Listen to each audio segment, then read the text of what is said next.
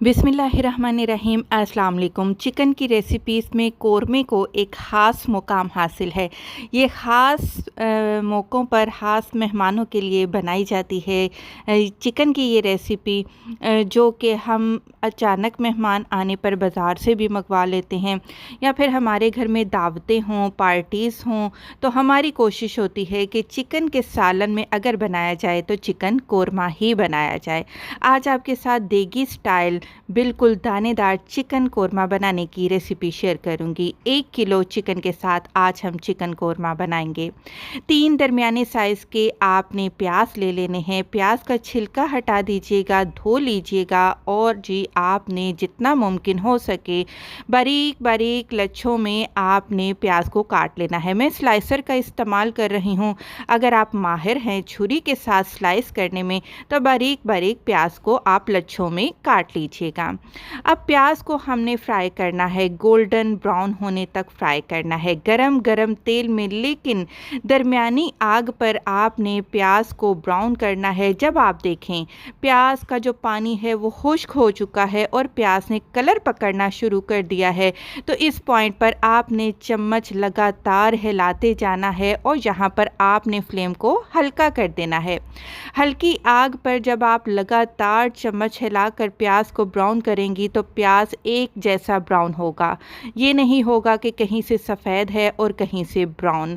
तो बस जी जब आप देखें कि गोल्डन कलर आ चुका है, फ़ौरन प्याज को आपने तेल से बाहर निकाल लेना है और आपने किसी टिश्यू पेपर के ऊपर या कागज़ के ऊपर फैला देना है, क्योंकि प्याज को जब हम बाहर निकालते हैं तब भी इसका कुकिंग प्रोसेस चलता ही रहता है, ये मज़ीद डार्क होता है। अच्छा जी, प्याज को ठंडा कर लिया। अब हम ब्लेंडर में डालेंगे, ग्राइंडर कर लेंगे इसको और दानेदार सा इसका प्याज का चूरा बनाकर तैयार कर लेंगे। यहाँ खुशबू के लिए देगी मसाला एक तैयार करने जा रही हूँ, जिसमें 1 जावित्री का फूल लेना है, 4 अदद हरी इलायची और 1/4 टुकड़ा जायफल का। आपने इन तीनों चीज़ों का पाउडर बनाकर साइड पर रख लेना है। 1 किलो चिकन के साथ चिकन कोरमा की रेसिपी दे रही हूँ। हड्डी वाला चिकन इस्तेमाल किया है मैंने। इसमें 2 खाने के चम्मच अदरक और लहसुन का पेस्ट मैंने शामिल कर दिया है। अच्छा जी, नमक जायके के मुताबिक डालिएगा। मैं 1 छोटा चम्मच नमक का इस्तेमाल कर रही हूँ। 1 छोटा चम्मच लेकिन भरकर लाल मिर्च का पाउडर मैंने इसमें शामिल कर दिया है। कोरमे की जो जान है मसाला वो है धनिया पाउडर, जिससे खुशबू बेहतरीन आती है। 2 छोटे चम्मच भरकर धनिया पाउडर डाल दीजिएगा और जी 1 छोटा चम्मच यहाँ पर मैंने शामिल किया है गरम मसाला पाउडर। 1 छोटा चम्मच देगी लाल मिर्च, जिसको कश्मीरी लाल मिर्च भी कहते हैं, वो डाल दी है। इससे कोरमे का कलर अच्छा आएगा। 200 ग्राम आपने दही लेनी है, दही को अच्छे से फेंट लीजिएगा, वो शामिल कर देंगे।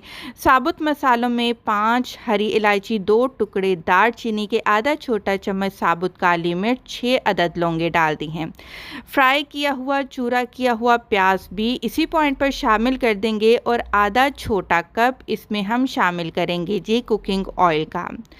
सारी चीज़ें हमने चिकन में शामिल कर दी हैं। हाथों की मदद से अच्छे से सारी चीज़ों को चिकन के ऊपर मसल लेंगे और मसाले को हम लगाकर कम से कम आधे घंटे के लिए छोड़ देंगे।